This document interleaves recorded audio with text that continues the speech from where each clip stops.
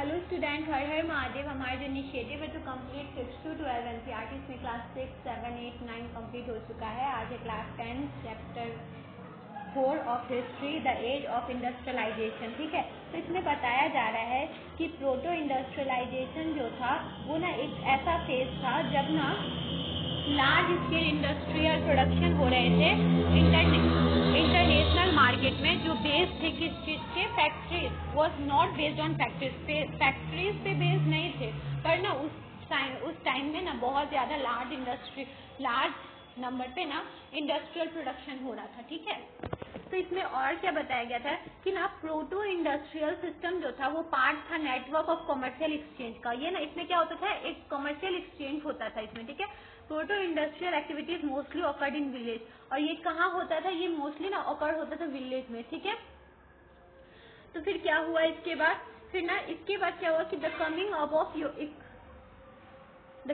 Of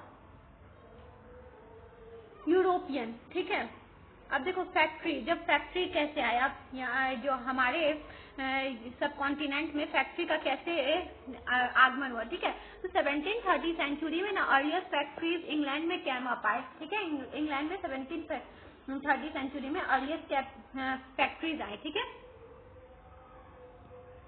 इस factory का क्या काम था, देखो ये फर्स्ट सिंबल थे न्यू एरा का। जो न्यू एरा जो कॉटन हो रहा था, कॉटन प्रोडक्शन का ये न्यू एरा का सिंबल था। ठीक है, सीरीज ऑफ इन्वेंशन हुआ था 18th सेंचुरी में ताकि इंक्रीज किया जा सके इफिशियंसी, और ताकि प्रोडक्शन प्रोसेस को ना बढ़ाया जा सके। ठीक है, Richard Arkwright created the cotton mill, और जो रिचर्ड ऑकराइट थे ना वो ना क्या किए थे, क्रिएट किए थे कॉटन मिल को। ठीक है, उस समय में।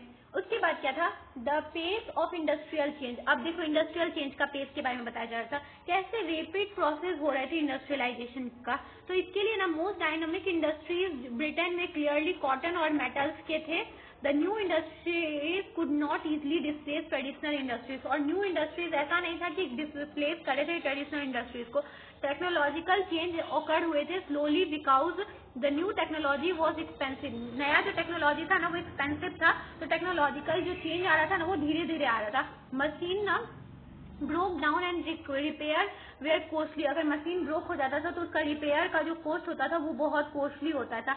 दे were not as effective as their inventors and manufacture claimed, और जैसे उनके इन्वेंटर जो इन्वेंट किए थे वो चीज को, वो उस टाइप से इफेक्टिव नहीं थे जैसे वो सब क्लेम किए थे कि ये इतना इफेक्टिव है, उतना इफेक्टिव नहीं थे जब यूज में लाया गया था उनको। ठीक है, अब इसके बाद क्या है, हैंड लेबर और स्टीम पावर। अब देखो हैंड लेबर और स्टीम पावर का क्या इंपॉर्टेंस था। जब ना in Victorian Britain there was no shortage of human labour. Victorian Britain में ना शॉर्टेज नहीं था ह्यूमन लेबर का। ठीक है, तो ना वो industrialist did not want to introduce machine which required large capital investment. तो इसलिए क्या करते थे इंडस्ट्रियलिस्ट ना, अब मशीन नहीं लाना चाहते थे, तो अगर क्या लेबर का कमी नहीं था तो वो क्या सोच रहे थे कि यही इन्हीं लेबरों से काम करवाया जाए और मशीन को ना लाया जाए क्योंकि मशीन में ज्यादा खर्च होगा। ठीक है, इसीलिए Many seasonal industries were also there who usually preferred hand labor। और क्या करते थे ये सब ना, हैंड लेबर को ही प्रेफर करते थे। जो सीजनल इंडस्ट्रीज भी होते थे वो कोई भी ना मशीन नहीं खरीदना चाहता था, सोचते थे कि बहुत एक्सपेंसिव होगा, तो उससे अच्छा कि लेबर अगर कम रेट पे मिल रहे हैं तो उन्हीं से काम करवाया जाए। Handloom goods came to be symbolise refinement and class, और हैंडलूम गुड्स जो था ना वो सिम्बलाइज दिखा रहा था रिफाइनमेंट और क्लास का। ठीक है, अब इसके बाद क्या हुआ था, लाइफ ऑफ वर्कर्स के बारे में। अब वर्कर्स का लाइफ क्या था उस टाइम में, कैसे वर्कर्स जीते थे। ठीक है, लेबर ना अवेलेबल थे, एब्यूडेंस मार्केट में बहुत ज्यादा लेबर थे। ठीक है, जो अफेक्ट कर रहे थे उन्हीं के लाइफ को, वर्कर्स के खुद के लाइफ को वो सब ना अफेक्ट कर रहे थे। ठीक है, after the busy season was over workers became jobless. जैसे बिजी, देखो बिजी सीजन रहता था तो उनके पास तो बहुत सारा जॉब होता था, तो वो कहीं कहीं काम करके लेते थे, अपना अर्निंग ले लेते थे, फिर उसके बाद अपने खाना पीना का वो सब का सब कुछ अच्छे तरीके से चल जाता था। पर जैसे ही वो सीजन खत्म होता था उनके पास जॉब रहता ही नहीं था, तो वो जॉबलेस हो जाते थे। तो अर्ली 19th सेंचुरी में ना वेजेस इंक्रीज हुआ, price of goods also increase. तो वेजेस ना इंक्रीज हुआ और प्राइस ऑफ गुड्स भी ना इंक्रीज होता गया उसी को लेके। ठीक है, जैसे ही कि उनके अगर आपका अर्निंग बढ़ाया जाएगा तो फिर जो प्राइस जो होगा गुड का वो भी अब मार्केट में इंक्रीज हो गया। ठीक है, अब इसके बाद क्या है, अब इसके बाद ये हुआ कि इंडस्ट्रियलाइजेशन इन द कॉलोनीज में हुआ। अब कॉलोनीज में इंडस्ट्रियलाइजेशन हुआ ठीक है। तो इसका क्या प्रभाव पड़ा था उसके बारे में बताया जा रहा है। तो इंडस्ट्रियलाइजेशन जो कॉलोनीज में हुआ उससे क्या क्या, अब देखो कि वर्कर के लाइफ में या फिर इंडस्ट्रियलिस्ट के लाइफ में क्या क्या हुआ उसके बारे में बताया जा रहा है। The age of Indian textile, अब देखो इंडियन टेक्सटाइल के बारे में बताया जा रहा है सबसे पहले यहाँ पे, ठीक है। तो इसमें बताया जा रहा है before the age of machine industries silk and cotton goods from Indian dominated the international market in textile.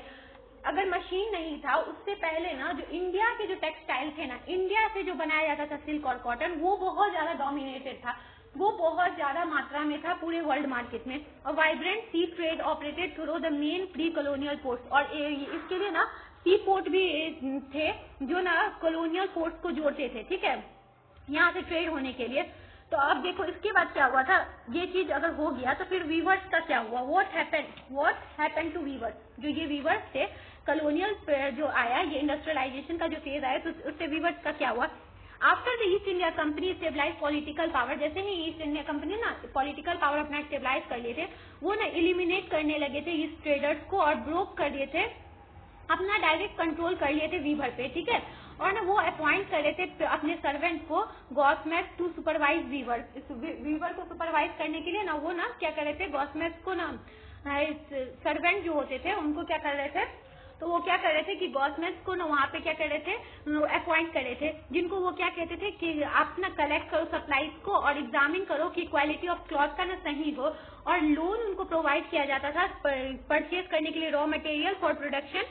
The produce cloth was to be handed over to the gomasthas, और क्या जो उनको ना लोन दिया जाता था, वीवर्स को लोन दिया जाता था, तो वीवर्स को ना पहले ही लोन दे दिया जाता था, तो उनसे ना बोलता था कि ना गॉसमेट बोलते थे कि ना आप हमको जल्दी से कपड़ा बना के दीजिए, हम आपको ना उसके बदले पैसा देंगे, और हैंड उससे ले लेते थे, जैसे उसका कंप्लीट होता था वीवर का काम उससे ले लिया जाता था। तो ना वीविंग विलेज जो होते थे वो रिपोर्ट करते थे क्लैशेस बिटवीन वीवर्स और गॉसमेट्स बिकॉज, क्योंकि ना तो इससे क्या हो गया था, उनके गॉसमेट्स और वीवर्स के बीच में ना झगड़ा होना स्टार्ट हो गया था, क्योंकि जो न्यू गॉसमेट्स थे ना वो आउटसाइडर थे, और फिर no long term social link with the village, और उनका ना कोई भी विलेजर्स के साथ सोशल लिंक भी नहीं था। तो क्या होता था, प्राइस जो वीवर रिसीव करते थे ना कंपनी से मिसरेबली लो, तो वो लो होता था, तो वीवर इसलिए गुस्सा थे कि हम जिस हिसाब से प्रोडक्शन कर रहे हैं उस हिसाब से हमको पैसा नहीं मिल रहा है, गॉसमेट ही उसका पैसा आधा से ज्यादा खा लेता था, और कंपनी भी उसको कम ही पैसा देती थी जो रिक्वायरमेंट के हिसाब से बहुत कम था, ठीक है। मैनचेस्टर कम टू इंडिया, अब देखो मैनचेस्टर आया था इंडिया में, अब मैनचेस्टर किस हिसाब से आया था इंडिया में उसके बारे में बताया जा रहा है, ठीक है। तो मैनचेस्टर जो कॉटन इंडस्ट्री था वो डेवलप हुआ था इंग्लैंड में, और इंडस्ट्रियल ग्रुप जो थे वो प्रेशराइज कर रहे थे गवर्नमेंट को ताकि वो इम्पोज कर सके इम्पोर्ट ड्यूटीज कॉटन टेक्सटाइल का, मैनचेस्टर गुड्स का जो सेल हो ब्रिटेन में विदाउट कंपटीशन। तो ऐसा हो कि ब्रिटेन में कोई भी कंपटीशन ना हो, वहाँ पे क्या हो एक्सपोर्ट ड्यूटीज लगा दिया जाता था इतना ज्यादा कि ब्रिटेन में कोई कंपटीशन हो ही नहीं, जितना भी ब्रिटेन में सामान बनाया जाए, ठीक है। Also they persuaded the East India company to sell British manufacture in Indian market as well, और उनको ये भी बोला जाता था ब्रिटिश ईस्ट इंडिया कंपनी को कि ना आप यहाँ का सामान ना ये भी कीजिए कि आप यहाँ का जो ब्रिटेन में जो भी सामान बनता है उसको जाके ना इंडिया में बेचिए, वो भी बहुत ज्यादा रेट पे, ठीक है। तो इससे क्या होता था कि कॉटन वीवर जो इंडिया में थे ना वो दो तरीके का प्रॉब्लम अब फेस करने लगे थे इसी वजह से, ठीक है। Their export market collapsed as market overlapped with Manchester imports, तो इनका ना क्या होता था, एक्सपोर्ट जो मार्केट था उनका वो कोलैप्स हो गया था क्योंकि मैनचेस्टर मार्केट आ गया था इंपोर्ट को लेके। Availability of lower cost cotton goods produce by machine, और जो मशीन से हो रहा था कॉटन का प्रोडक्शन तो उसमें कम पैसा लग रहा था, और वीवर का जो हाथ से बनाए थे उसमें ज्यादा पैसा लगता था, तो वो उतना पैसा देना नहीं चाह रहे थे। तो इस वजह से भी क्या हो रहा था, अवेलेबिलिटी की वजह से भी ना इनका रेट, जो ब्रिटेन का जो गुड्स था उनका रेट कम था और फिर यहाँ का रेट ना बहुत ज्यादा था, ठीक है। By the end of the 19th century factories in India began production flooding the market with machine made goods and which created problem of river। तो ना क्या हुआ था 19th century के एंड आते आते ना क्या कहते ब्रिटेन के जितने भी ब्रिटेन का जितना भी प्रोडक्ट था ना उसको इंडिया में ला के रख दिया गया, और इससे क्या हुआ कि ना यहाँ पे ना बहुत ज्यादा मशीन मेड जो थिंग थे वो आ गए वो कम रेट पे, जिससे यहाँ पे क्या हुआ यहाँ के जो वीवर था ना उनका जो काम था यहाँ का वो बंद हो गया, डोमेस्टिक मार्केट का काम बंद हो गया। अब देखो बताया जा रहा है कि फैक्ट्रीज कम अप, अब फैक्ट्रीज आए 1854 में ना फर्स्ट कॉटन मिल बॉम्बे में आया, ठीक है। 1855 में जूट मिल आया बंगाल में, फिर 1862 में 4 कॉटन मिल आए, ठीक है। 1862 में फिर दूसरा जूट मिल आया। 1860 में इलिग्न मिल आए जो कानपुर में आया, ठीक है। 1861 में फर्स्ट कॉटन मिल अहमदाबाद में सेटअप हुआ।